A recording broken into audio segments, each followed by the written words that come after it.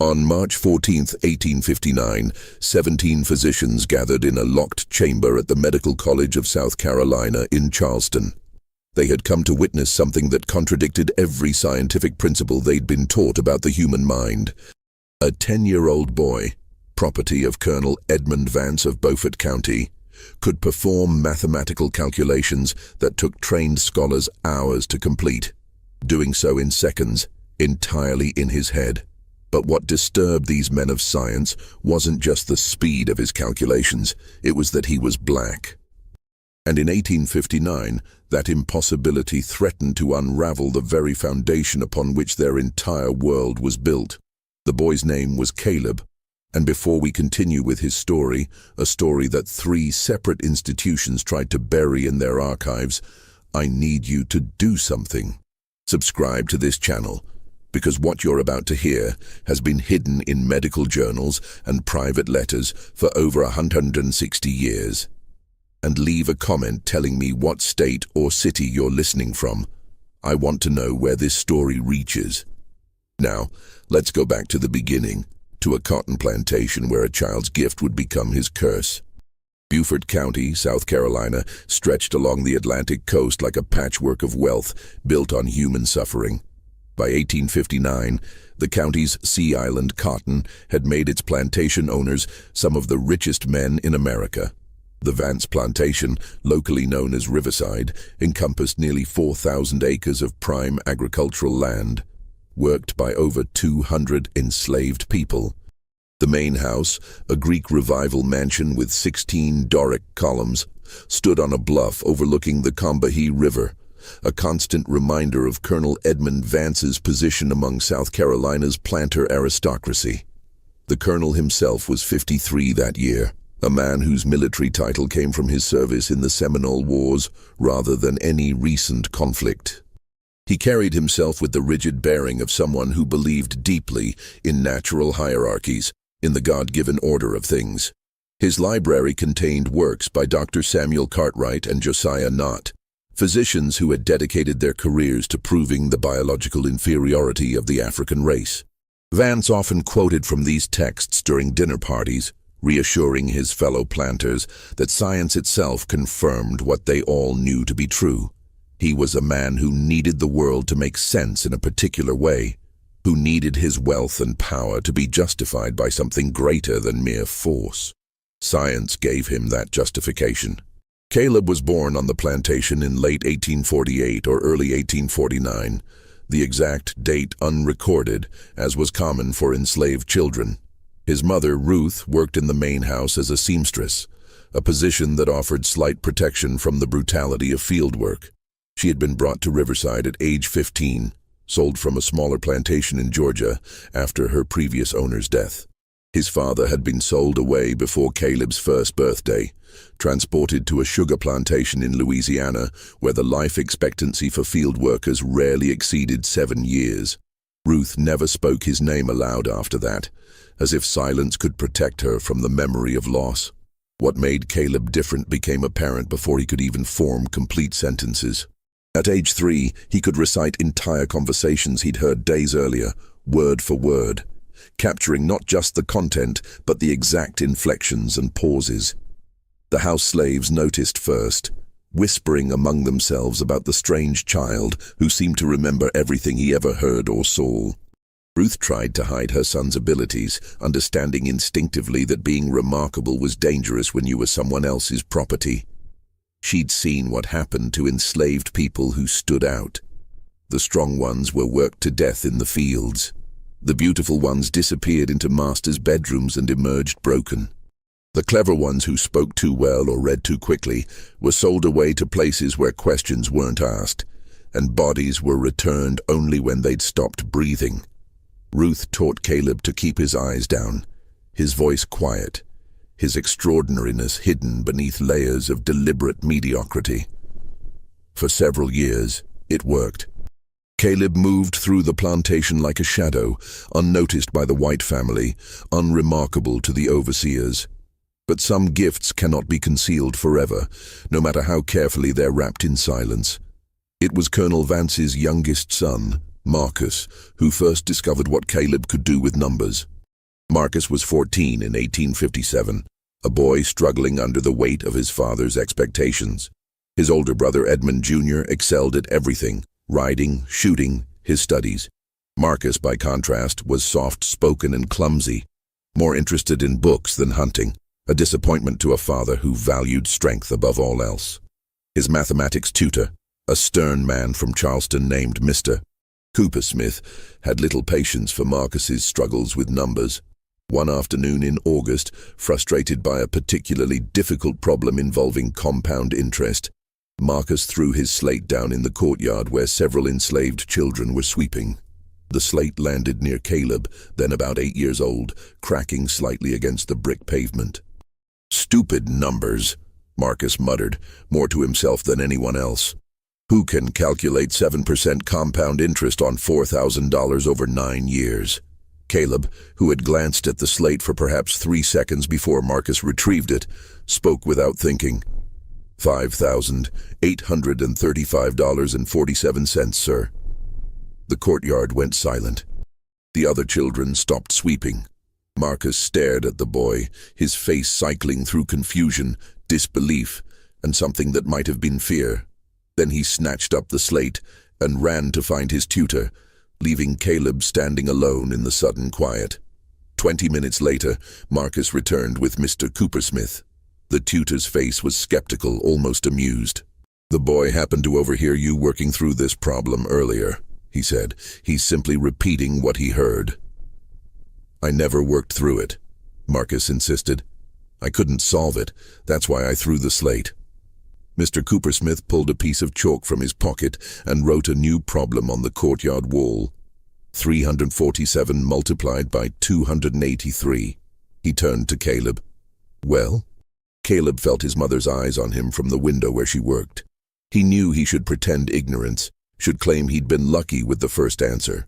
But something in him, pride, foolishness, or simply the inability to hide what came to him as naturally as breathing, made him answer, 98,201, sir." Mr. Coopersmith worked through the problem on paper. When he looked up, his face had gone pale. "Correct." He tested Caleb with 5 more problems, each more complex than the last. Each time, the boy provided the correct answer within seconds, his eyes distant, as if he were reading numbers written in the air that only he could see. That evening, Colonel Vance was summoned from his study. He stood in the courtyard as the afternoon light faded, his face unreadable, watching as his son's tutor tested this slave child with calculations that Vance himself couldn't solve without extensive work. The colonel said nothing for a long time after Mr. Coopersmith finished his demonstration. He simply looked at Caleb, and there was something in that gaze that made the boy want to run, to hide, to be anywhere but under the scrutiny of this man who owned not just his labor, but his very existence. "How do you do this?" Vance finally asked, his voice carefully neutral. Caleb struggled to explain, his words stumbling over themselves. "I see the numbers, sir. They arrange themselves. Like looking at a picture, but the picture is made of numbers that move and connect." Vance dismissed him with a wave.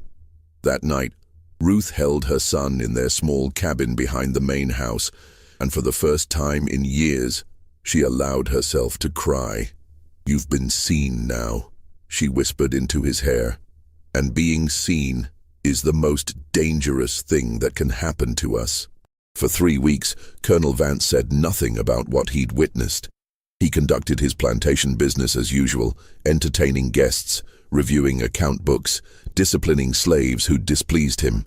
But late at night, he sat alone in his library, wrestling with a problem that his extensive reading had not prepared him to solve.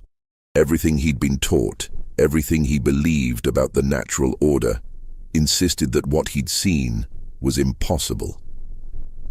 The African brain, according to every medical text in his library, lacked the capacity for abstract reasoning, for complex calculation, for the higher functions of intellect that distinguished civilized men from savage ones. Yet he had witnessed with his own eyes a slave child performing calculations that surpassed those of educated white men. There were only a few possible explanations. The first was that his entire worldview, and the worldview of every planter in the South, was built on a lie.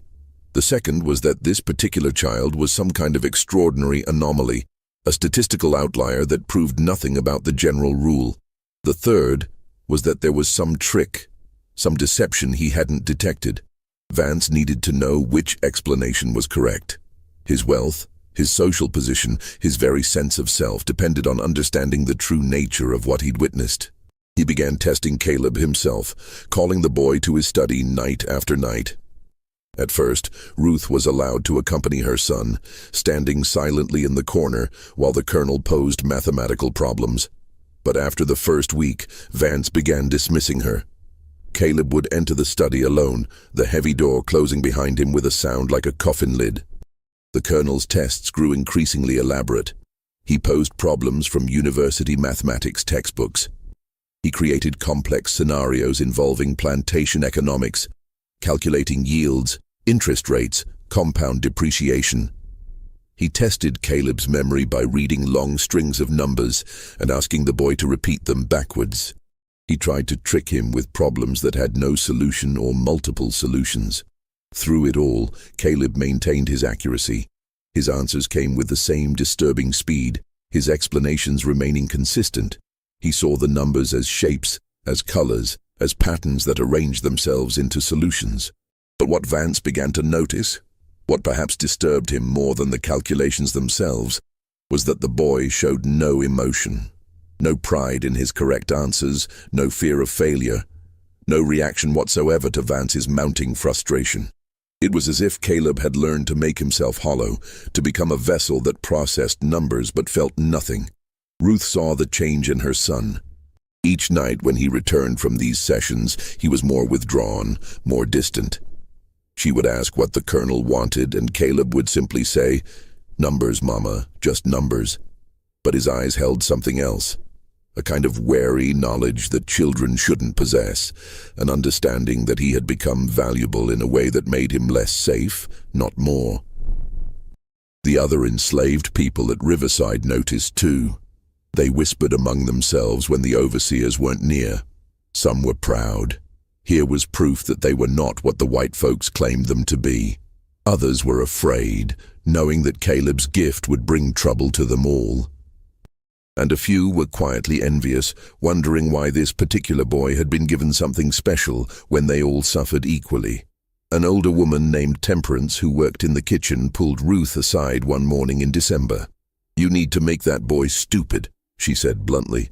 "Make him forget his numbers before the colonel decides he's worth more as a curiosity than as a worker." "I can't," Ruth whispered. "He can't help what he knows any more than he can help breathing." "Then God help you both," Temperance replied, "because I've seen what happens when masters get too interested in one of us. It never ends well." Her words proved prophetic. In January 1858, Colonel Vance made a decision. He would demonstrate Caleb's abilities to select members of Charleston's medical community. Not publicly, he understood the dangers of that, but to a carefully chosen group of physicians whose opinions carried weight. If they could verify that Caleb's abilities were genuine, it would satisfy Vance's need for external confirmation. And if they could explain the mechanism behind those abilities in a way that didn't challenge the fundamental assumptions about racial hierarchy, so much the better. The invitation letters went out in mid-January. They were carefully worded, promising a demonstration of unusual mental phenomena without specifying the race of the subject. Vance wanted the physicians to arrive without preconceptions, to witness first before their prejudices could cloud their judgment. Among those invited was Dr. Nathaniel Crawford, a professor at the Medical College of South Carolina and a vocal advocate of polygenism. The theory that different races were actually different species created separately by God or nature. Dr. Crawford had published several papers arguing that the African brain was fundamentally incapable of abstract reasoning, that the skull structure itself prevented the development of higher cognitive functions. He'd built his reputation on these theories, and defending them had become central to his identity. Also invited was Dr. Thomas Aldrich, an older physician who'd practiced in Charleston for 30 years. Unlike Crawford, Aldrich had maintained some intellectual humility, a willingness to admit when he didn't understand something. He'd seen too much in his decades of practice to be completely certain of anything. The third key guest was Dr. Harrison Webb, recently returned from medical studies in Europe. Webb was younger, only 31, and his time abroad had exposed him to theories that hadn't yet reached the American South. He'd read papers by French and German physicians describing cases of extraordinary mental abilities, calculating prodigies, individuals with perfect memory, people who could perceive numbers as colors or sounds. These cases appeared across all races and social classes, suggesting that such abilities were quirks of individual brain function rather than markers of racial superiority. The examination was scheduled for February 7, 1858, at the Riverside Plantation. Vance wanted his home ground for this demonstration, wanted to maintain control of every variable.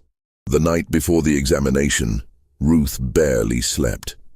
She lay in the darkness of their cabin, listening to Caleb's breathing, wondering if this would be the last night they spent under the same roof. She'd heard stories. Enslaved people with unusual abilities who'd been sold to traveling shows, who'd been taken north by curious scientists, who'd simply disappeared and were never heard from again. What if these doctors decided they wanted to study Caleb somewhere else? What if they convinced the colonel to sell him? Vance was a businessman before anything else. If the price was right, he'd sell his own shadow.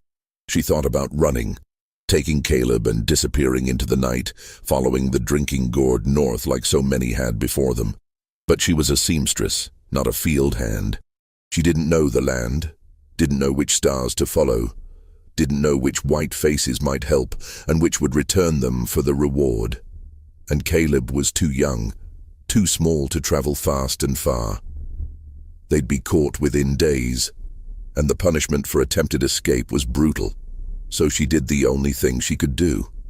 She held her son and prayed to a God she wasn't sure was listening. The physicians arrived at Riverside in the early afternoon.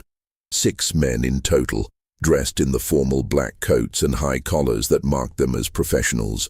Colonel Vance greeted them in his drawing room, offering brandy and cigars, making small talk about Charleston society, the weather, the political situation. He was establishing atmosphere, demonstrating his status as their social equal before revealing that the subject of their examination was his property. When he finally explained the purpose of their visit, that he owned a slave child with extraordinary calculating abilities, the reaction was mixed. Dr. Crawford's face showed immediate skepticism, bordering on disdain. "Doctor." Aldrich leaned forward with interest. Dr. Webb remained neutral, waiting to observe before forming conclusions. The other 3 physicians exchanged glances that suggested they suspected they'd been brought to witness some kind of parlor trick. Caleb was brought to the drawing room by Marcus, who'd been instructed to fetch him from the cabin, where Ruth had been carefully grooming him for the past hour. The boy wore clean clothes that marked him as house property rather than field labor. A white cotton shirt, dark trousers that were slightly too large, no shoes. His hands were scrubbed clean, his hair cut short. He looked younger than his 9 years, small and thin, his eyes fixed on the floor. The 6 white men in the drawing room fell silent as he entered. There was something uncomfortable in that moment, an unspoken tension that Caleb could feel even without understanding its source.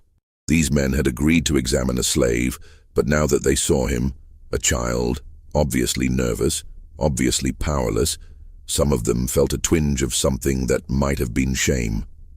Dr. Crawford cleared his throat. "Well, Colonel, shall we proceed?" The examination began simply.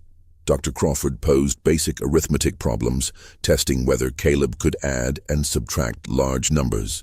The boy answered correctly each time, his responses coming quickly but not suspiciously fast.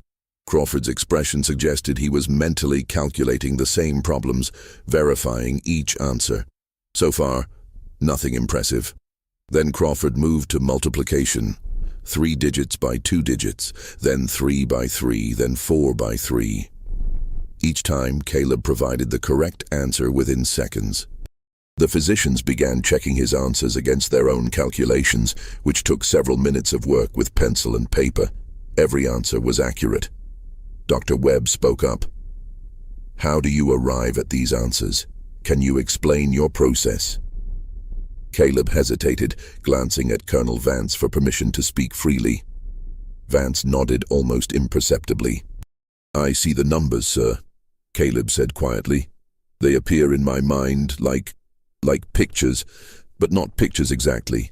Each number has a shape and a color. Small numbers are bright, clear. Large numbers are darker, heavier.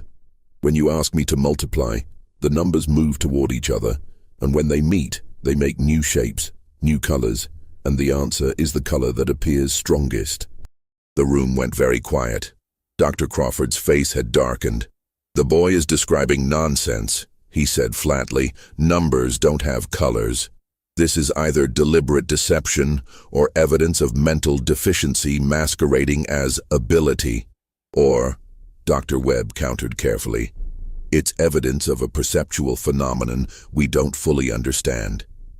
I've read cases in European medical literature of individuals who experience numbers, sounds, or even concepts as having sensory properties like color or spatial position. The mechanism is unknown, but the phenomenon appears genuine. European literature, Dr. Crawford said dismissively. Continental physicians have grown too liberal in their thinking, too willing to entertain fanciful notions. We're here to determine if this boy's abilities are real, or if the colonel has been duped by some clever memorization trick. Then test me with something I couldn't have memorized, Caleb said. Every head in the room turned toward him. Enslaved children didn't speak unless spoken to, certainly didn't challenge white men, never showed anything resembling boldness. Colonel Vance's face went rigid with anger at the breach of protocol. But before he could respond, Dr. Aldrich spoke. The boy makes a fair point. If we want to eliminate the possibility of memorization, we need to pose problems he couldn't have anticipated. He pulled a pocket watch from his vest and studied it for a moment. It's currently 2:47 in the afternoon. How many seconds have passed since midnight? Caleb's eyes went distant for perhaps 5 seconds. 57,420 seconds, sir. Dr. Aldrich worked through the calculation on paper, a process that took him nearly 3 minutes. When he looked up, his expression had changed. Correct. The examination continued for another 2 hours. The physicians took turns posing increasingly complex problems. Division with large numbers, calculation of compound interest over multiple years, geometric problems requiring spatial reasoning. They even tested Caleb's memory by reading a string of 30 random digits and asking him to repeat them backwards. He did so without error. Through it all, Colonel Vance watched his property perform, his face showing nothing of what he was thinking. But internally he was wrestling with contradictory emotions. Pride that he owned something so unusual, so valuable. Anxiety about what these physicians might conclude. And underneath it all, a growing unease that perhaps everything he believed about the natural order was less certain than he'd assumed. Dr. Crawford grew increasingly frustrated as the examination progressed. Each test he designed to expose fraud or limitation only demonstrated the breadth of Caleb's abilities. Finally, in a tone sharp with irritation, he said, Colonel Vance, I must ask, how much time have you spent training this boy? How many hours of instruction in mathematics? None, Vance replied. He's never been taught to read or write. He's never seen the inside of a schoolroom. Until 3 months ago, I didn't know he could count past 10. Impossible, Crawford said flatly. Mathematical ability of this level requires years of instruction and practice. The boy must have somehow gained access to educational materials, must have been secretly taught. By whom? Dr. Webb interrupted. Colonel Vance runs a plantation, not a school. Who would have taught an enslaved child advanced mathematics, and to what purpose? The question hung in the air, unanswerable. The examination concluded with no consensus among the physicians. Dr. Crawford left, insisting that some deception must be involved, though he couldn't identify what form it took. Dr. Webb wanted to conduct more extensive testing to understand the mechanism of Caleb's ability. Dr. Aldrich simply admitted he'd witnessed something he couldn't explain with existing medical theory. As the physicians departed, their carriages disappearing down the long drive lined with live oaks, Colonel Vance stood on his front porch with his hand on Marcus's shoulder. "What do you think, boy?" he asked his son. "What did we demonstrate today?" Marcus, who'd watched the entire examination from a chair in the corner, took a long time to answer. "I think we proved that Caleb is smarter than all of them," he finally said. "And I think that scares them." Vance's hand tightened on his son's shoulder, not quite painful but close. "Don't ever say that again," he said quietly. "Not to me, not to anyone. Do you understand?" Marcus nodded, but something in his eyes suggested he'd already understood more than his father wanted him to know.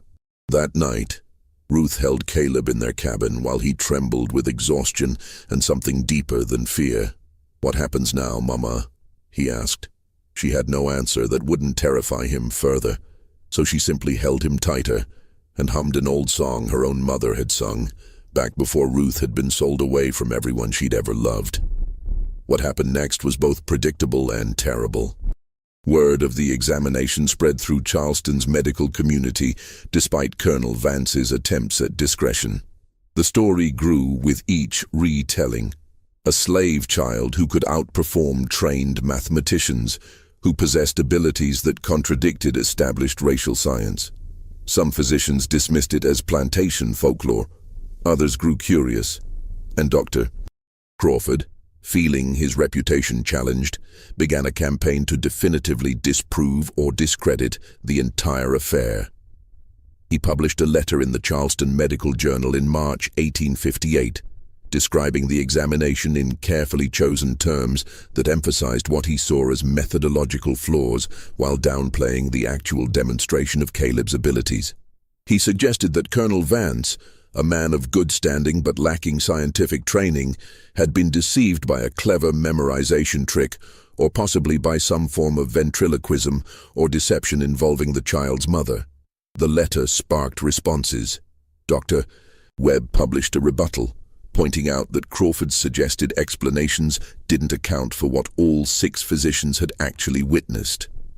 Dr. Aldrich added his own observations, noting that he'd personally devised several of the test problems on the spot and that Caleb had solved them with no possibility of prior preparation. The controversy divided Charleston's medical establishment. Some physicians saw it as a fascinating case study in unusual mental ability. Others viewed it as a dangerous challenge to scientific theories that justified the entire social structure of the South. And a few saw opportunity. If this slave child truly possessed such remarkable abilities, what could be learned from studying him more extensively?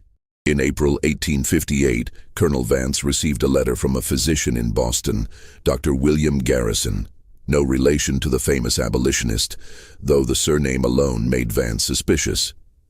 Dr. Garrison wrote that he was conducting research into exceptional mental abilities and requested permission to examine Caleb under controlled scientific conditions.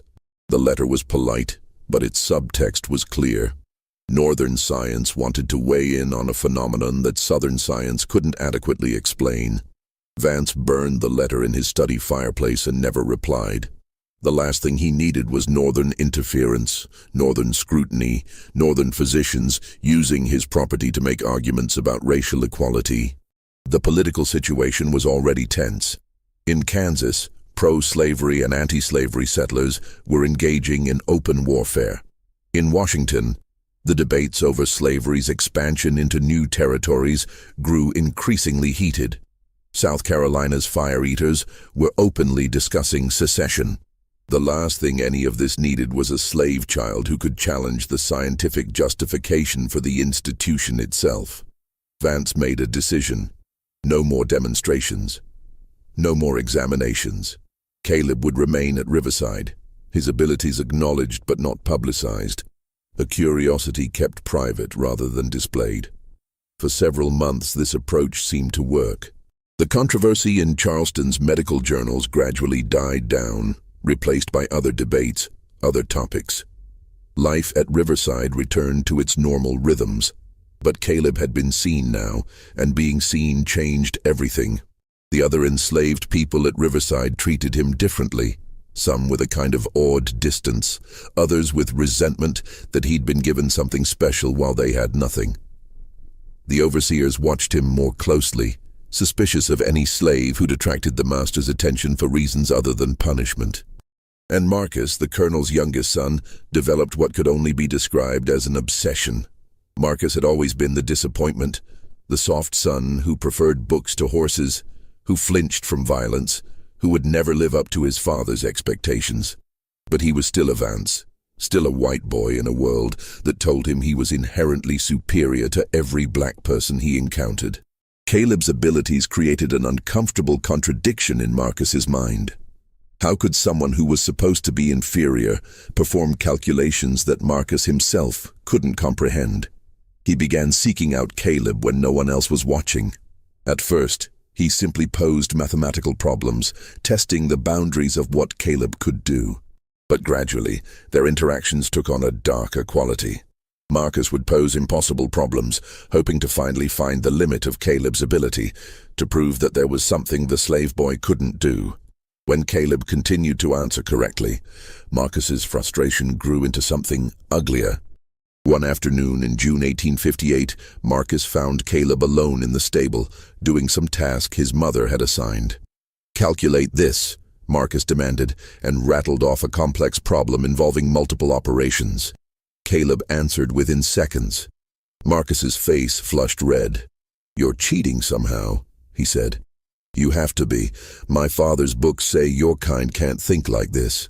Caleb knew better than to respond, but something in him, maybe exhaustion, maybe a spark of defiance, made him meet Marcus's eyes. "Then maybe the books are wrong, sir." Marcus slapped him hard enough that Caleb fell to the ground. The stable spun around him, his ear ringing. "Don't you ever," Marcus hissed, "ever suggest that I'm wrong, you understand? You're property. You exist because we allow you to exist. You think because my father finds your tricks amusing that makes you special? You're nothing. Remember that." He walked away, leaving Caleb on the stable floor, blood trickling from his nose. Caleb didn't tell his mother about the incident. What would be the point? Marcus was the master's son.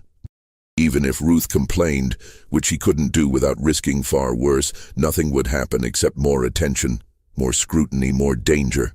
But something shifted in Caleb that day. He began to understand that his gift wasn't just dangerous because it made him valuable. It was dangerous because it challenged the stories these white people told themselves about who they were and who he was supposed to be. His existence, his ability to do things they insisted he shouldn't be able to do, was a threat to their entire world, and threatened people were capable of anything. The summer of 1858 was brutal. The heat hung heavy over Beaufort County, thick and damp as a blanket.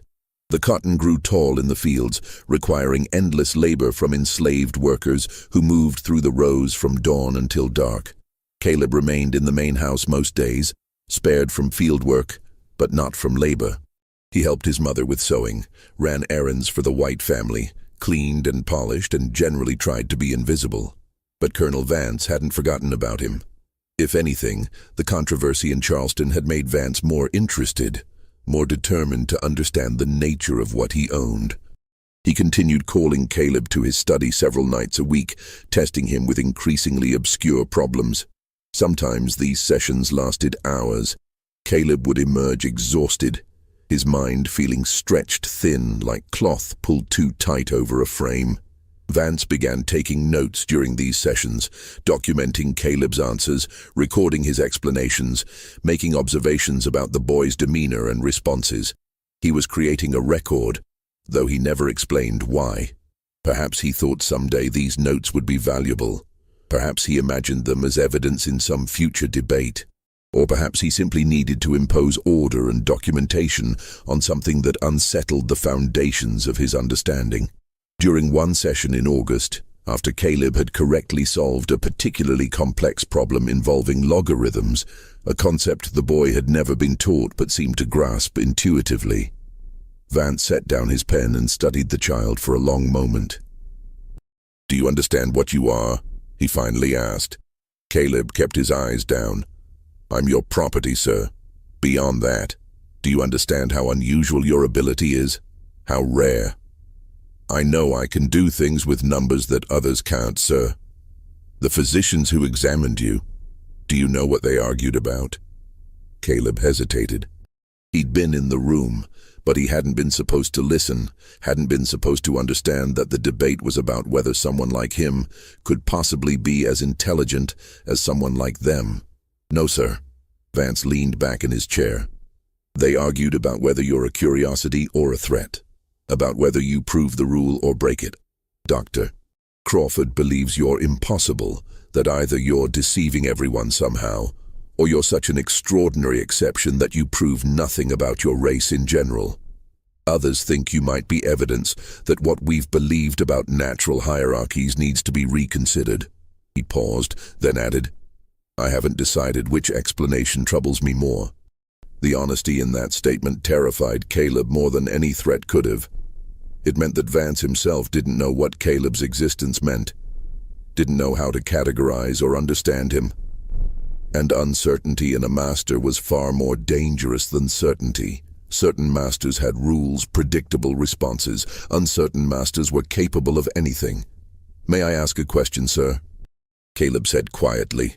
Vance raised an eyebrow but nodded. What will happen to me? The colonel was silent for a long time. When he finally spoke, his voice was careful. That depends on many things. On what conclusions the medical community reaches, on how useful your abilities prove to be, on whether the political situation stabilizes or deteriorates further. He met Caleb's eyes directly, and there was something almost like regret in his gaze. I won't lie to you, boy. Being special makes you valuable, but it also makes you vulnerable. There are men who would pay a great deal to own you, to study you, to display you. There are others who would prefer you simply cease to exist because what you represent troubles them. My advice is to stay quiet, stay useful, and hope that this national crisis brewing over slavery resolves itself before anyone decides you're worth fighting over. It was the closest thing to honesty any white person had ever offered Caleb. It was also terrifying. That night, Ruth found her son sitting alone in their cabin, staring at nothing. What did the colonel want? She asked. Numbers, Caleb said automatically. Then after a pause, Mama, what happens to valuable slaves?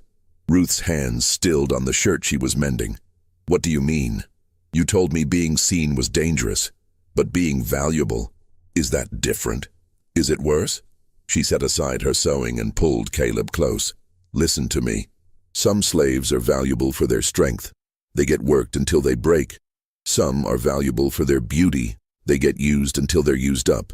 And some are valuable for being unusual. Those ones sometimes get sold to traveling shows, to circuses, to rich men up north who collect curiosities like other people collect stamps. Her voice dropped lower. And sometimes they just disappear. Someone decides they're too unusual, too dangerous to what folks believe, and they vanish in the night. Is that what will happen to me? Not if I can help it, Ruth said fiercely. But baby, you need to understand something. Right now, the only thing protecting you is that the colonel hasn't decided what you're worth to him. Whether you're worth more as property he keeps or property he sells or property he silences. So you stay quiet, you stay useful, and you pray that whatever storm is coming breaks before it breaks over us. The storm was indeed coming. By the fall of 1858, the national debate over slavery had reached a fever pitch. In October, Senator William Seward gave his famous irrepressible conflict speech, arguing that the United States would eventually become either all slave or all free. In Charleston, the reaction was immediate and furious. South Carolina's newspapers printed fiery editorials about Northern aggression and Southern rights. At dinner parties throughout Beaufort County, planters discussed not whether secession would come but when. Colonel Vance found himself pulled into these political currents whether he wanted to be or not. His peers expected him to take positions, to declare loyalty, to prepare for potential conflict. The question of what to do about Caleb became tangled up with larger questions about defending Southern institutions, proving Southern superiority, demonstrating that the entire system of slavery was justified by natural law and scientific fact. In October 1858, Dr. Crawford published another article in the Charleston Medical Journal. This one was more aggressive in tone, arguing not just that Caleb's abilities had been exaggerated, but that the entire episode represented a kind of Northern influence thinking that was poisoning Southern science. He suggested that physicians who took the case seriously were allowing abolitionist sentiments to corrupt their scientific judgment. Dr. Webb responded with his own publication, but by now the debate had moved beyond pure science into politics. Northern newspapers picked up the story, using it as evidence that enslaved people possessed intellectual capacities equal to whites. Southern newspapers responded by dismissing the entire affair as abolitionist propaganda. Caleb himself, the actual child at the center of this controversy, was barely mentioned in these later articles. He'd become a symbol, not a person. Colonel Vance received letters from multiple sources. Some offered extraordinary sums to purchase Caleb. A theater operator in Philadelphia wanted to feature him in performances. A wealthy collector in New York proposed bringing Caleb north for scientific study, under conditions that Vance recognized as barely disguised attempts to steal his property. Several Southern physicians requested permission to conduct further examinations, hoping to definitively prove that Caleb's abilities were either fraudulent or meaningless exceptions to general racial rules. Vance declined every offer, but the pressure was mounting. In January 1859, a letter arrived from a group calling themselves the Charleston Scientific Society, requesting one final comprehensive examination before the most distinguished medical minds of South Carolina. The letter emphasized that this would be a definitive examination, conducted under conditions so controlled that no fraud could possibly escape detection. They proposed holding it at the Medical College of South Carolina in a lecture hall designed for scientific demonstrations. The letter was signed by 12 physicians, including both Dr. Crawford and Dr. Webb. Despite their disagreements, they'd apparently agreed that one more examination, properly conducted, might resolve the controversy, or at least establish a clear record that both sides could reference in future debates. Colonel Vance understood what was really being asked. These physicians wanted to put the question to rest, not for Caleb's sake, not for the sake of science, but because the controversy had become politically uncomfortable. South Carolina was moving toward secession. The fire eaters were gaining power. The last thing the state's scientific establishment needed was internal division over whether a slave child's mathematical abilities challenged racial theories that justified their entire society. One final examination. One definitive conclusion. Then Caleb could fade back into obscurity, and everyone could move forward with whatever version of the truth best suited their needs. Vance agreed. The examination was scheduled for March 14, 1859. The weeks leading up to that examination were some of the most tense Ruth had ever experienced. She knew what was at stake, even if she didn't know the specific details. Whatever happened at that examination would determine her son's fate. Whether he remained at Riverside, whether he was sold away, whether he simply disappeared like so many others who'd become inconvenient to powerful people. She had no legal rights, no ability to protect her child, no appeal to any authority that would care about her fears. All she could do was pray and prepare. She made sure Caleb ate well, that he got enough sleep, that he stayed healthy.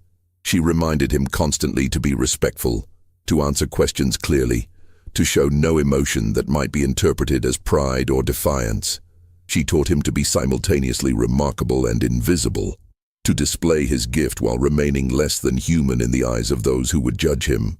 Caleb himself seemed to understand that something important was coming. He grew quieter in those weeks, more withdrawn.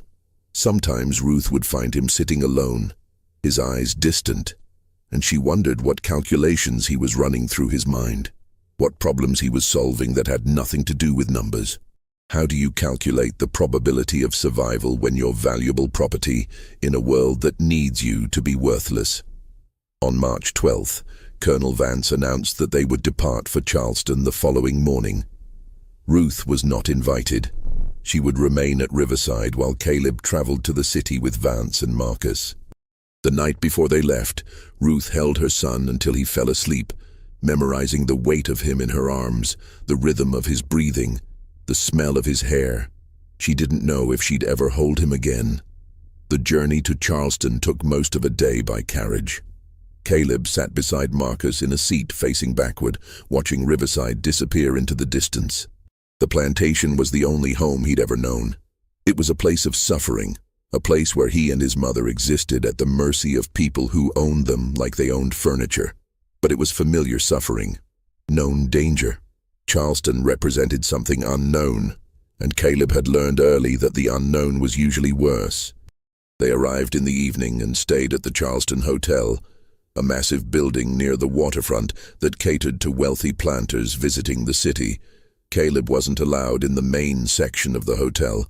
He was kept in a small servant's room off the kitchen, under watch by one of the hotel's enslaved workers, a man named Peter who was instructed not to let the boy out of his sight.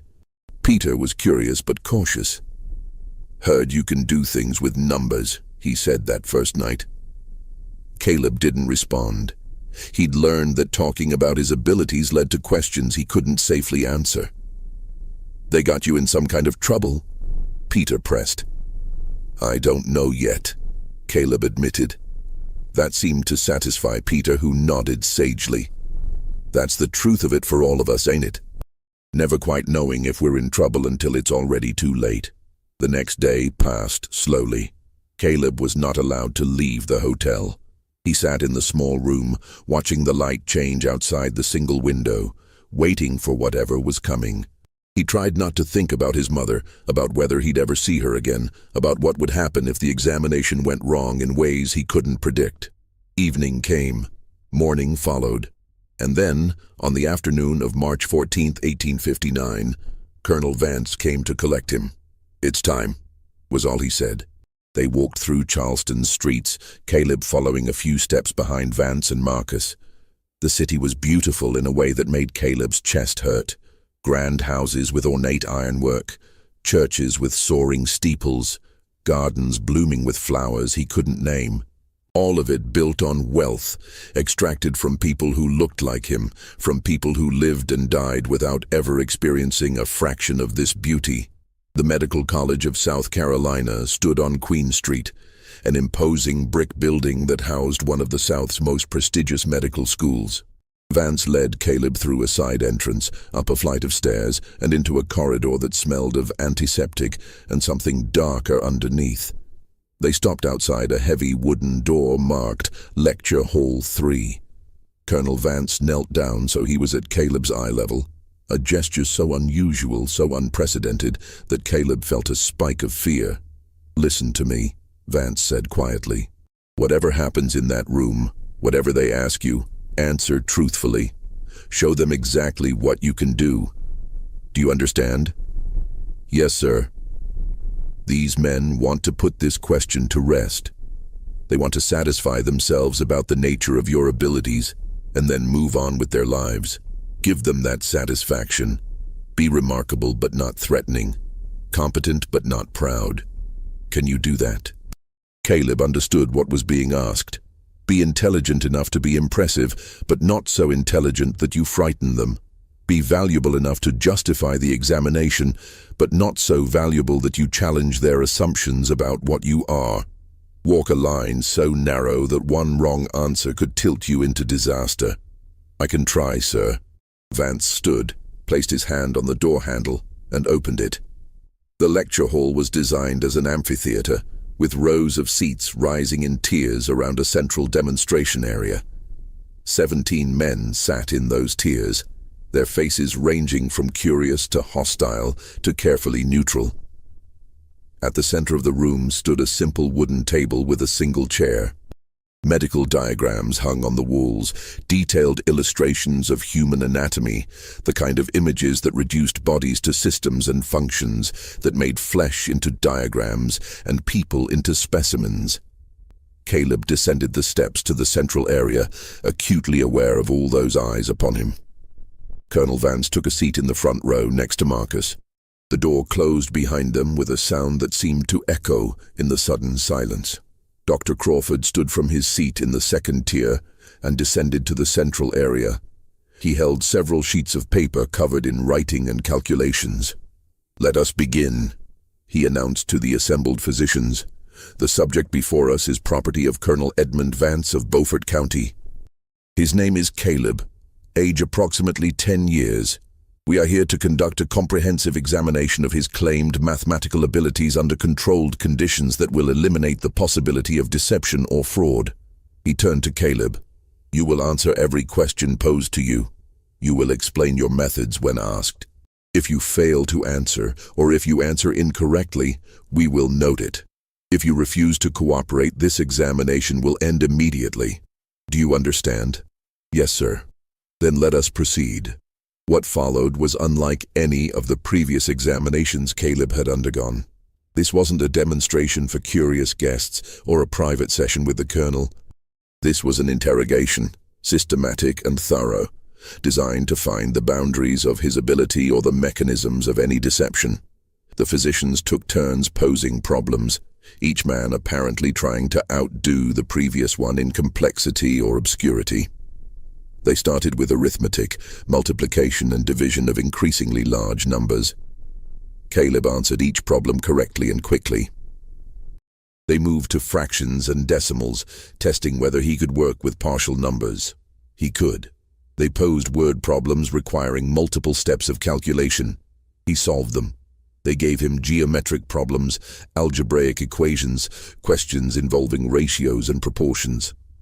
Through it all, Caleb maintained his accuracy.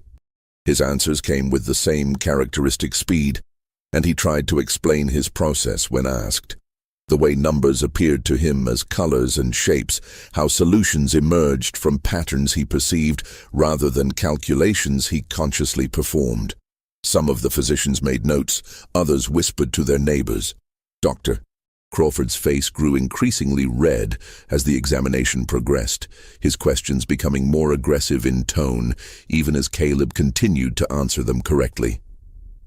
After 2 hours, Dr. Crawford called for a break. The physicians gathered in small clusters, debating what they'd witnessed. Caleb was left sitting alone at the central table, not permitted to leave, not offered water or food, simply made to wait while others discussed him as if he weren't present. Dr. Webb approached the table during this break. He looked at Caleb with something that might have been sympathy. "How do you feel?" he asked quietly. The question was so unexpected that Caleb didn't know how to answer. No one had asked him how he felt about anything since this began. "Tired, sir," he finally said. Webb nodded. "I imagine so. Caleb, I want you to understand something. What you're demonstrating today is extraordinary. There are perhaps a handful of people in the world who can do what you do with numbers. That makes you rare. But it also makes you—" He trailed off, seeming to search for words. "It makes things complicated. Do you understand?" "I think so, sir." "I hope you do," Webb said quietly, "because what happens after today depends on how these men choose to interpret what they've seen. And men have a remarkable capacity to interpret evidence in ways that support what they already believe." Before Caleb could respond, Dr. Crawford called the group back to order. The second phase of the examination was about to begin, and this one would be different. The physicians had apparently agreed on a different approach. Instead of simply testing Caleb's ability, they would try to determine its mechanism, to find the boundary where his talent ended. Dr. Samuel Henderson, the mathematician from South Carolina College, took charge of this section. He'd brought several advanced mathematics textbooks and now posed problems from them. Equations that his own advanced students struggled with, proofs that required understanding of mathematical principles beyond simple calculation. The first problem was a quadratic equation. 3 log 2 plus 7x, 12 EO0. Solve for x, Henderson instructed. Caleb stared at the equation on the slate where Henderson had written it. This wasn't like the other problems. This required understanding abstract symbols, the relationship between variables, the very concept of solving for an unknown. He'd never been taught algebra. He'd never seen equations like this before. But as he stared at the symbols, something shifted in his mind. The numbers and letters began to arrange themselves into patterns. The equation wasn't asking him what the numbers equaled. It was describing a relationship, a balance that had to be maintained. He could see where that balance existed, could perceive the values that would make the equation true. X equals 1 1/3, he said slowly, or X equals -3. Henderson worked through the problem using the quadratic formula, a process that took several minutes of careful calculation. When he looked up, his face had gone pale. Both answers are correct. A murmur ran through the assembled physicians. Dr. Crawford stood abruptly. That's impossible. The boy has never been taught algebra. He cannot understand the symbolic manipulation required to solve such an equation. He must have seen this specific problem before. I created this problem last night, Henderson interrupted firmly. I showed it to no one. The boy could not possibly have encountered it previously. Then explain how he solved it. Crawford's voice was rising, his carefully maintained professional demeanor cracking. If he doesn't understand algebraic principles, if he's never been taught the quadratic formula, how did he arrive at the correct answer? Caleb spoke up, his voice quiet but clear. I don't understand the formula, sir, but I can see where the equation balances. The symbols have positions and weights, and I can see where they need to be for everything to equal 0. That's nonsense, Crawford snapped. You're describing intuition, not mathematical reasoning. True understanding requires... Requires what?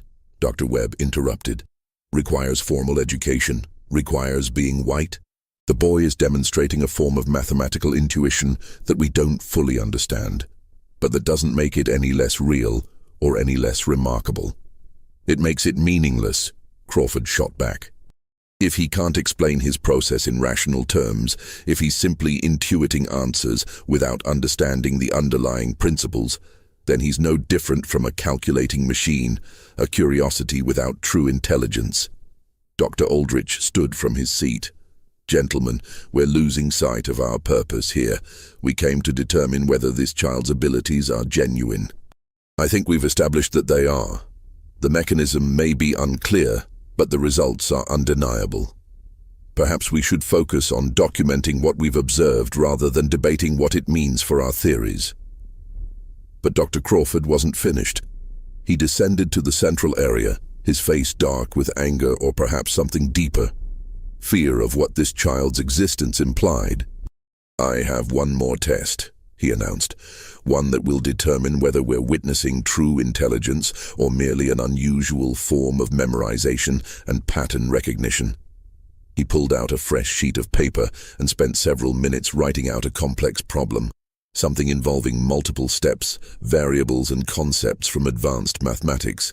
When he finished, he didn't show the paper to anyone else. Instead, he read the problem aloud to Caleb. You have 3 workers building a wall. Worker A can complete the wall alone in 6 hours. Worker B can complete it in 4 hours. Worker C can complete it in 3 hours.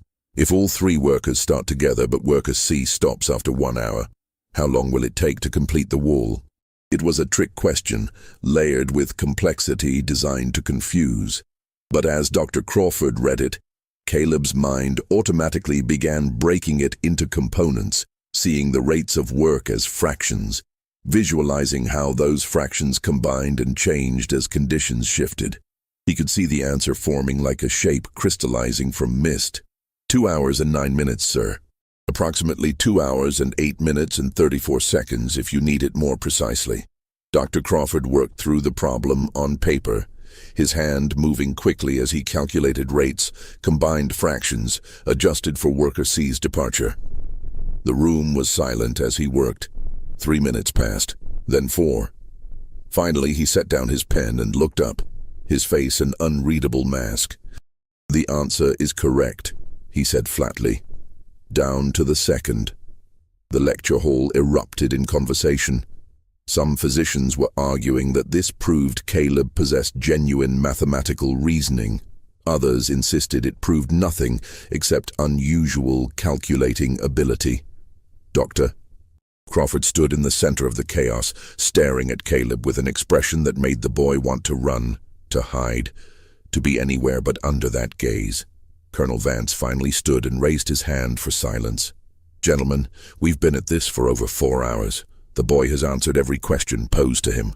You've tested him with problems ranging from simple arithmetic to advanced mathematics. He has not failed once. I believe we've seen what we came to see. Dr. Crawford turned to Vance, his voice tight. What we've seen is an anomaly, an exception that proves nothing about general rules. This boy may possess an unusual faculty for calculation, but it doesn't challenge the fundamental principles of racial science. The African brain remains, in general and on average, inferior to the European brain in capacity for abstract reasoning, moral judgment, and higher intellectual functions. One exception, if that's what this is, changes nothing. Then why did you insist on this examination? Dr. Webb asked. If you were certain it would prove nothing, why gather 17 physicians and spend an entire afternoon testing a child? Crawford had no answer to that, or rather, he had an answer he couldn't admit aloud. He'd needed to prove Caleb was a fraud, or a trick, or meaningless, because the alternative was too threatening to everything he'd built his career on. The examination concluded shortly after that. The physicians filed out in small groups, most of them still arguing with each other. Dr. Crawford left without speaking to anyone, his face dark with suppressed fury. Dr. Webb paused to speak briefly with Colonel Vance, though Caleb couldn't hear what was said. Dr. Aldrich looked at Caleb once more before departing, his expression troubled, as if he'd witnessed something that disturbed his understanding of the world. When the lecture hall was finally empty except for Vance, Marcus, and Caleb, the colonel stood silently for a long moment. Then he turned to his property and said, "You did well, better than I expected." It wasn't praise exactly. It was acknowledgement, which was somehow worse, because acknowledgement meant Vance recognized just how unusual Caleb was, which meant the danger was far from over. They returned to the Charleston Hotel that evening. Caleb was put back in the small room off the kitchen, told to wait while the colonel attended to business. He sat alone in the gathering darkness, exhausted beyond anything he'd felt before. It wasn't just the hours of examination, the mental strain of solving problem after problem. It was the weight of being looked at, studied, debated over as if he were a specimen under glass, rather than a child who was tired and scared and wanted his mother. Peter, the hotel worker who'd been assigned to watch him, brought food, bread and stew that Caleb barely touched. "Heard you impressed the doctors," Peter said. "Heard you did calculations nobody else could do." Caleb said nothing. "That good or bad for you think?" "I don't know," Caleb admitted. "I don't know what happens now." Peter nodded slowly. "Never do we? We just wait and hope it's not the worst thing." They waited in Charleston for 3 more days. Colonel Vance met with various people, physicians, colleagues from Beaufort County, business associates. Caleb wasn't included in these meetings. He was simply kept available in case further demonstrations were requested. But none came. Whatever had been accomplished or concluded by the examination, it seemed to be enough. On March 18th, they departed Charleston and returned to Riverside. Ruth was waiting when they arrived, her face tight with anxiety that only eased slightly when she saw her son alive and apparently unharmed. That night, alone in their cabin, she held him and asked what had happened. Caleb told her about the examination, about the questions and the arguments and the way the physicians had looked at him. "I think they were trying to decide if I'm real," he said. "If what I can do is real." "And what did they decide?" "I don't think they decided anything. I think some of them believe and some don't, and none of them know what it means." Ruth was silent for a long time. Then she asked the question that had been haunting her for weeks. "Baby, what do you think the colonel will do with you now?" Caleb didn't have an answer. The answer came sooner than either of them expected. In early May 1859, Colonel Vance summoned Caleb to his study one final time. But this meeting was different from the others. Vance didn't have mathematical problems prepared. He didn't have textbooks or papers. He simply gestured for Caleb to sit. Another unprecedented gesture, a slave child being invited to sit in the master's presence, and then spoke in a tone that was almost conversational. "The physicians haven't reached a consensus," Vance said. "Dr. Crawford has published yet another article insisting your abilities are either exaggerated or meaningless. Dr. Webb has defended you, but his voice carries less weight in Charleston these days. Northern sympathies are becoming politically dangerous to express. Dr. Aldrich has said nothing publicly, though I'm told he writes about you in his private journals." He paused, studying Caleb. "The controversy hasn't died down so much as it's been deliberately suppressed. South Carolina is preparing for secession. War is likely coming. The last thing anyone wants is internal division over questions of racial capacity when unity is essential for what's ahead." Caleb listened, not fully understanding all the political implications, but grasping the essential point. He'd become inconvenient. "So here's what's going to happen," Vance continued. "You're going to go work in the fields, not as punishment but as protection. If you're just another field hand among many, you stop being a topic of debate. You become invisible again. And invisibility is the safest thing any of us can be in dangerous times." "Will I see my mother?" Caleb asked.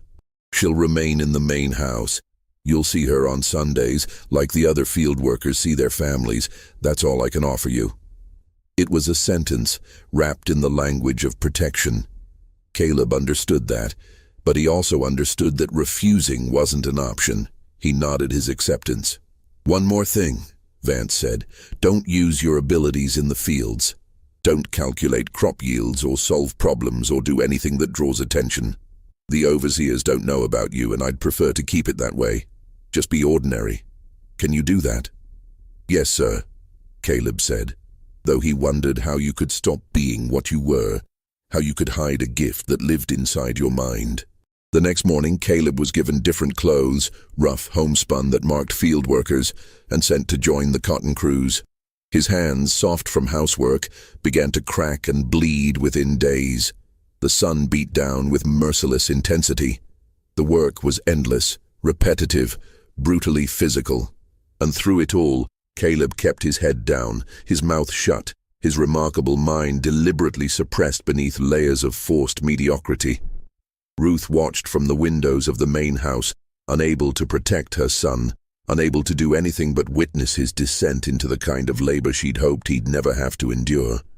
She continued her seamstress work, her hands moving automatically, while her mind stayed with the boy picking cotton under the brutal South Carolina sun. The summer of 1859 passed. The cotton harvest was exceptional that year. Vance's records would later show it as one of his most profitable seasons. The autumn came, and with it, increasingly heated political debates. John Brown's raid on Harper's Ferry in October sent shockwaves through the South. South Carolina's newspapers filled with talk of abolition terrorism, northern aggression, the necessity of defending Southern institutions by any means necessary. Through all of this, Caleb worked the fields at Riverside. His hands hardened. His body grew stronger from the labor. And the gift that had once made him special, that had drawn the attention of Charleston's most distinguished physicians, lay dormant beneath the surface of his life like a secret too dangerous to speak aloud. But he still saw the numbers. At night, lying exhausted in the field quarters, he would close his eyes and watch calculations unfold in his mind like flowers blooming in fast motion. How many cotton bolls in a row? How many seconds until sunrise? How many more days until winter? He couldn't stop seeing patterns, couldn't stop his mind from solving problems that no one had asked him to solve. It was simply what he was, what he'd always been, even when the world had decided that what he was couldn't possibly exist. In November 1859, Ruth managed to pass him a message through another enslaved worker. Just 3 words written on a scrap of cloth. Stay alive. Hope. It was all she could offer. It was everything. The year 1860 brought no relief from tension. Abraham Lincoln's election in November triggered exactly the crisis everyone had anticipated. South Carolina seceded in December, and 6 other southern states followed by February. The Confederacy formed. War became inevitable rather than merely probable. Colonel Vance raised a company of infantry from Beaufort County, funded by his cotton profits. He was commissioned as a captain and marched off to Virginia with 83 men, including his eldest son. Marcus remained at Riverside, too young for military service, but old enough to help manage the plantation in his father's absence. The boy who'd once tested Caleb with mathematical problems was now learning to run a slave-holding plantation, learning the skills of command and violence that maintaining such a place required. By April 1861, war had begun in earnest. Fort Sumter fell to Confederate forces. The Union naval blockade tightened around South Carolina's coast. Riverside continued operating, but the world was changing rapidly around it. The certainties that men like Colonel Vance had built their lives on were beginning to crack. And then, in November 1862, Union forces captured the Sea Islands of South Carolina as part of the Port Royal expedition. Beaufort County fell under Union occupation. The Vance family fled, taking what they could carry and abandoning the plantation they'd run for 3 generations. For Caleb, aged 13, and Ruth, the collapse came suddenly. One day, they were enslaved, owned, their entire existence defined by the will of others. The next day, those others were gone, and the world had no clear instructions for what came next. Freedom, when it arrived, was chaos.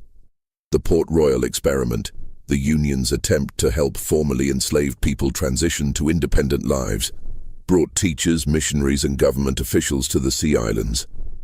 They conducted censuses, established schools, tried to create systems for people who'd never been allowed to own property, make decisions, or control their own labor. A teacher named Elizabeth Bottoom arrived at one of the settlements near what had been Riverside Plantation in January 1863. She was a stern woman from the North, determined to help, but limited in her understanding of what these newly freed people needed. She recorded in her journal meeting with dozens of freed slaves, assessing their abilities, identifying children who might benefit from education. One entry, dated February 14, 1863, reads, "Today I met with a group of field workers who'd been employed at the Vance property. Among them was a youth, perhaps 13 or 14 years old, whose mother described him as having unusual facility with numbers. When I tested him, he demonstrated calculating abilities beyond anything I'd witnessed before, solving complex arithmetic mentally with remarkable speed. I inquired about his background and learned he'd been examined by physicians in Charleston several years prior, though the circumstances remained unclear. I attempted to have him admitted to the school we're establishing for freedmen, but when I returned the following day to make arrangements, both he and his mother had departed. Other freed people in the settlement told me the boy seemed frightened of attention, as if he'd learned that being remarkable led to trouble. I was unable to locate them again despite searching for several weeks. The trail goes cold there. Ruth and Caleb had vanished into the vast diaspora of freed people trying to build lives from the ruins of slavery. Whether they stayed in South Carolina or traveled north, whether they found safety or continued running, whether Caleb ever found circumstances where his remarkable gift could be used openly rather than hidden as a dangerous secret, none of these questions have certain answers. A brief mention in the Charleston Mercury in June 1867 describes a colored youth performing calculations for coins near the Market Street docks. The item notes that the young man claimed to have once been examined by physicians, but such claims are dismissed as common fabrications among the destitute seeking sympathy. Whether this was Caleb or someone else pretending to his story, we can't know. Dr. Harrison Webb survived the war and returned to Charleston to resume his medical practice. In his later years, he never published anything more about Caleb or the controversial examination of 1859.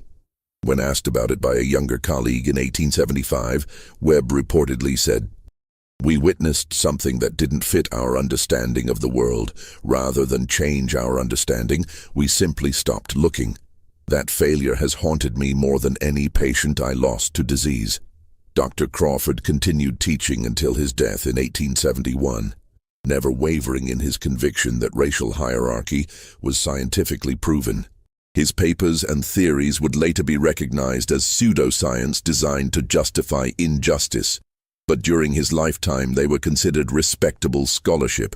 He went to his grave believing he'd been correct about everything, except perhaps the question of whether Caleb's abilities had been genuine. Even there he apparently maintained some doubt, suggesting in his final publication that extraordinary claims require extraordinary evidence, and in cases where such evidence challenges fundamental principles, skepticism remains the proper scientific posture. Dr. Aldrich lived until 1879. His private journals, not discovered until the 1930s when they were donated to the South Carolina Historical Society, contain multiple entries about Caleb and the examination. One passage from 1876 stands out. "I have thought often these past years about the boy we examined that March afternoon in 1859. I was present when he solved problems that required genuine mathematical reasoning, not mere calculation. I heard him explain processes that suggested a form of perception or intuition we don't possess the scientific framework to understand. And I witnessed my colleagues, men I'd respected, men trained in careful observation, reject what they'd seen because accepting it would require reconsidering beliefs they'd built their careers and identities upon. We called it science, but it was cowardice. We had evidence before us and chose to dismiss it rather than follow where it led. We saw a human mind performing extraordinary functions and chose to focus on the color of the skin housing that mind.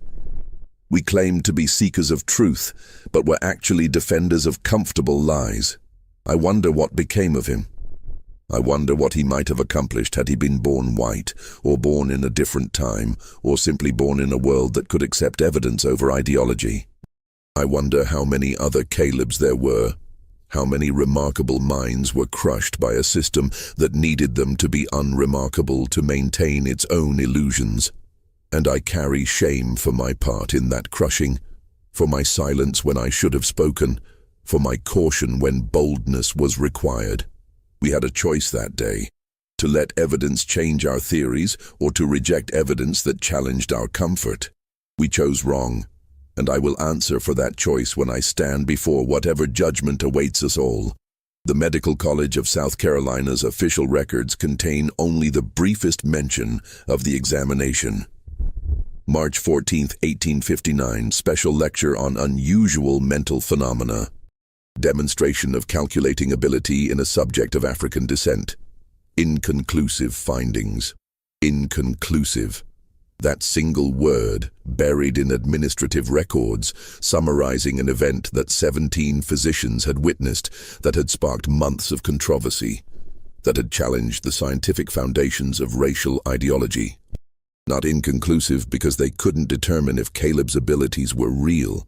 Every physician present had watched him solve problems correctly, had verified his answers, had failed to find any mechanism of fraud or deception. Inconclusive because they couldn't acknowledge what those abilities meant without unraveling the moral justification for their entire society. It was easier to file the matter away as inconclusive than to follow the evidence where it led. Easier to maintain comfortable theories than to confront uncomfortable truths. Easier to let one child disappear into obscurity than to reconsider whether millions of enslaved people might possess capacities that the entire economic and social system of the South insisted they couldn't have. So what really happened to Caleb? We'll never know for certain.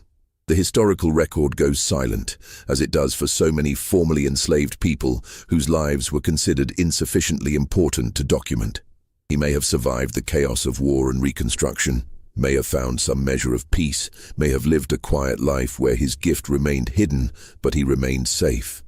Or he may have become another casualty of a world that couldn't accommodate what he represented, lost to disease, violence, or simple poverty before he reached adulthood. But here's what we do know for certain. In March 1859, A 10-year-old enslaved child demonstrated mathematical abilities that 17 physicians witnessed and couldn't adequately explain with their existing theories. Rather than letting that evidence challenge their assumptions about human capacity and racial hierarchy, they chose to dismiss it, to bury it, to label it inconclusive and move on. They weren't bad men necessarily. They were men of their time, products of their culture, believers in theories that gave them comfort and justified their privileges. But they had a choice, and they chose their theories over evidence, their comfort over truth, their need to believe certain things over their duty to follow where observation led. And that choice, repeated millions of times in thousands of contexts, created a world where children like Caleb had to hide their gifts to survive, where brilliance was dangerous, where being remarkable made you vulnerable rather than valuable. The story of Caleb isn't really about an unexplainable gift. It's about how institutions, armed with the authority of science, will reject any evidence that threatens their power. It's about how entire systems of thought can be built on foundations of prejudice rather than genuine inquiry. It's about how many Calebs there might have been throughout history, remarkable minds crushed or hidden because the world couldn't accommodate what they represented. And it's a reminder that when we dismiss evidence because it makes us uncomfortable, when we cling to theories that flatter our prejudices, when we choose ideology over observation, we're repeating the same mistake those Charleston physicians made in 1859. We're choosing the comfort of our beliefs over the discomfort of truth. What do you think of this story?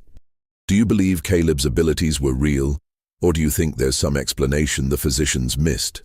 More importantly, do you think we've learned anything from failures like this? Or are we still dismissing evidence that challenges our comfortable assumptions? Leave your thoughts in the comments below. And if this story made you think, if it troubled you or moved you or made you angry, then share it with someone else who needs to hear it. Subscribe to this channel for more stories from history that were deliberately forgotten or buried because they were too inconvenient to remember. Hit that notification bell so you don't miss the next one. Because the most dangerous thing we can do is forget that this happened, that human beings with extraordinary potential were treated as property, that science was corrupted to justify injustice, that uncomfortable truths were labeled inconclusive and filed away. We can't change the past, but we can refuse to repeat its mistakes. Thank you for listening to this story. I'll see you in the next one.